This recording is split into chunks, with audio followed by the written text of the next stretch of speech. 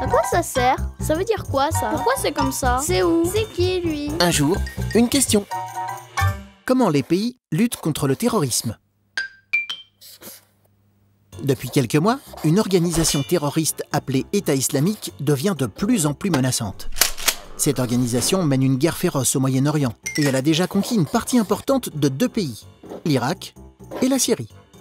Comment peut-on faire pour les arrêter? Une quarantaine de pays mobilisés par les États-Unis ont décidé de réagir et d'unir leurs forces en formant une coalition. Ce groupe comprend entre autres des pays européens comme la France ou la Grande-Bretagne, mais aussi des pays du Moyen-Orient comme l'Arabie Saoudite. Il s'agit de montrer que de nombreux pays du monde ont décidé de s'allier contre cette menace terroriste. Certains pays comme les États-Unis et la France ont commencé à bombarder les combattants de l'État islamique en Irak.